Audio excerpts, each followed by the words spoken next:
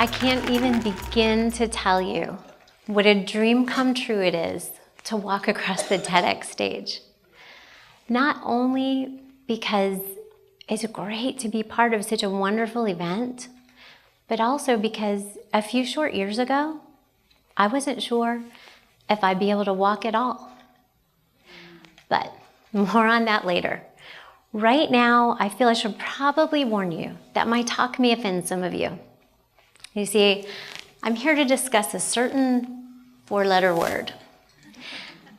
This word represents a life-giving force that can bring joy, pleasure, even ecstasy, or overwhelming feelings of guilt and shame.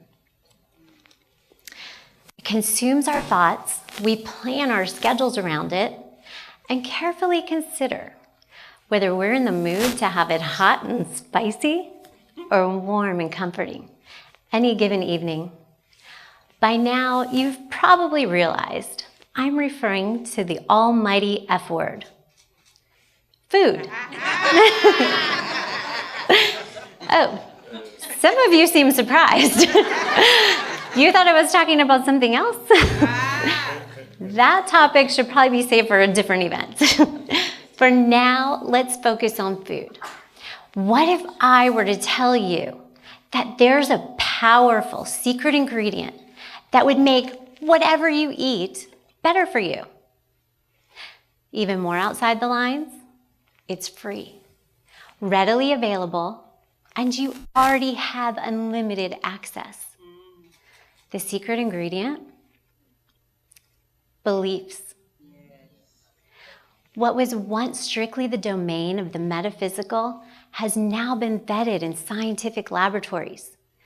Discoveries in the fields of cellular biology, epigenetics, and psychoneuroimmunology have proven time and again that our very cells respond to our positive thoughts, our negative thoughts, and our complex emotions. Because whether we're paleo or vegan, vegetarian, or junk fooditarian, we are all beliefitarians. Because our beliefs surrounding food accompany every meal. My belief as a kid, when I would hear the distinctive melody of the ice cream truck rolling into my neighborhood, was that this was gonna be a great day.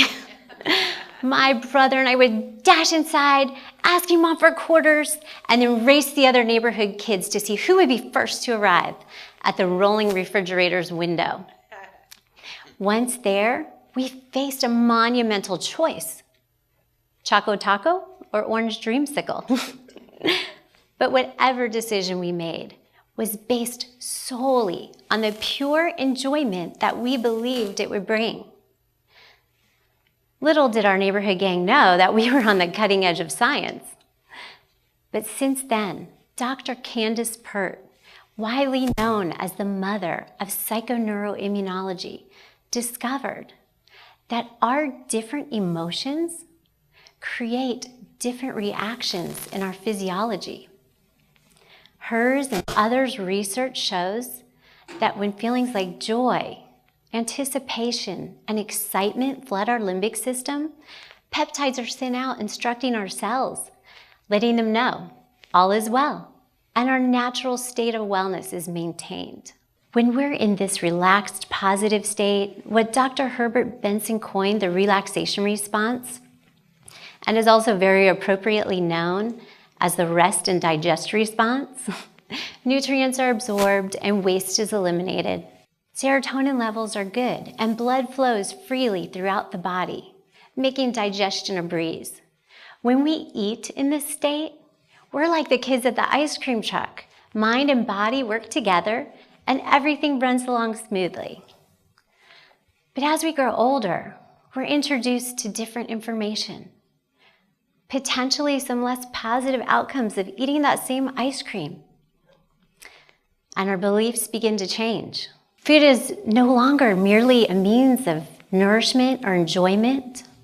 It goes from BFF to frenemy.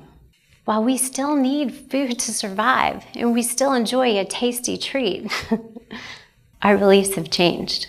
When feelings like guilt, anxiety, and fear flood our limbic system, peptides are sent out, giving very different instructions to our cells.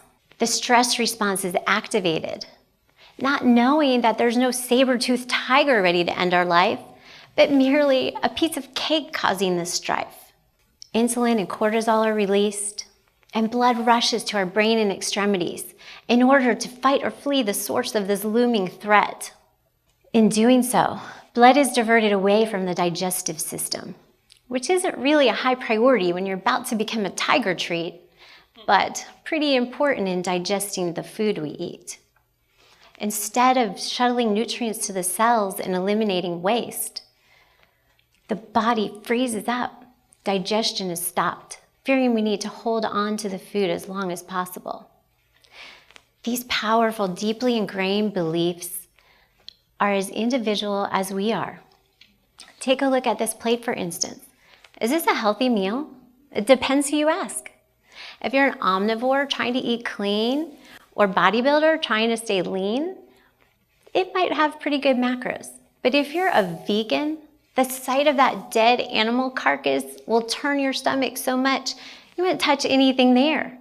If you're paleo or gluten-free, the pasta is a hard no. And if you're looking out for GMOs, you'll likely pass on the corn. Remember how our different emotions affect our physiology differently? That means that the very same food with identical nutrients can be detrimental or beneficial depending on our beliefs. In his book, The Biology of Belief, Dr. Bruce Lipton shares reams of research on the efficacy of the placebo effect on conditions ranging from acne to cancer. In one case, tumors the size of oranges melted away when the patient was injected with nothing more than water because he believed that he was being given a wonder drug. And on the flip side, patients receiving placebos that they believe have negative effects experience them. Everything from dizziness and rashes and palpitations to hair loss when they believe they're being given chemotherapy. Even more compelling proof of the power of our minds over our bodies is shown in patients with dissociative identity disorder, formerly known as multiple personality disorder. A patient with a severe allergy to orange juice would break out in hives immediately upon ingestion, which would then just as quickly disappear when an alternate non-allergic personality took over. Patients can have diabetes in one personality and perfectly normal blood sugar in another, or require glasses just to see in one personality and have 20/20 vision in another. Sounds like something out of science fiction, right?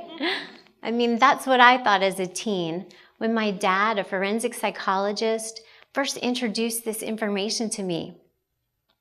I was determined to become a research psychologist because I realized if we could harness this power, we could heal so many diseases and so much suffering. I was on a mission to change the world until I met a cute boy, dropped out of school, and was busy raising a family and trying to make ends meet. My dreams of changing the world pushed to the back burner with other childhood fantasies until years later, when a devastating autoimmune disease debilitated me and the clinical depression that I had tried to ignore turned to suicidal thoughts. Although doctors couldn't give me a name for what was wrong with me, MRIs showed my joints literally dissolving away, which explained the excruciating pain and loss of mobility. Multiple specialists told me that I would need a course of chemotherapy followed by a lifetime of immunosuppressant injections if I were to hope to stop the continued loss of mobility and not end up in a wheelchair. But I was scared to death to suppress my immune system with 4 small children at home. And not to mention the long list of potential side effects. So for 5 years, I searched high and low, looking for another way to regain my health. During that time, there were many days when my infant or toddler would reach up to me to be comforted, and I couldn't lift them, afraid my joints would get about and I would drop them. There were many times when my grade school children would come to me sobbing, asking if I was going to die, and I couldn't console them. Just as I was about to give up hope and follow the recommended treatment, I was introduced to a doctor practicing functional medicine. She tested me for food sensitivities and prescribed a healthy whole food diet, some supplements and probiotics. Within 10 days, I felt a difference. After kicking diet sodas and low-cal frozen meals to the curb, within a few short months, I was the healthy, happy mother that I believed I could be all along. I wanted to tell everybody about this miracle of how food could change our lives. So I began researching for a book on the subject. During the course of my research, I found study after study and interviewed expert after expert who reiterated the point that it's not only about what we eat that contributes to our optimal health and wellness, but also what we think about what we eat. Yes. Because we're all beliefitarians. And now that we know this, how can we harness this power? We can start by placeboing our plate, filling it mainly with things that we believe are good for us. And when we make less optimal food choices, focusing on the positive aspects, whether it's the antioxidants in chocolate or red wine, or merely the sheer pleasure we get from enjoying foods we like. Secondly, our environment. I think we can all attest to the fact that the people we surround ourselves with go a long way in eliciting the stress response or the relaxation response. So we could probably skip lunch with that critical coworker who's gonna say, "You're eating that?" Or maybe not sit next to the aunt at Thanksgiving who always asks when you're finally getting married. You haven't been on a date in 2 years. But more importantly than what other people say is the way we talk to ourselves. Can we agree to try and flip our scripts from saying, "Oh, I shouldn't be eating this, it's so fattening, it's gonna go straight to my hips," to something more like, "Wow, this is delicious, I'm so enjoying it, and I bet those extra calories are supercharging my metabolism right now."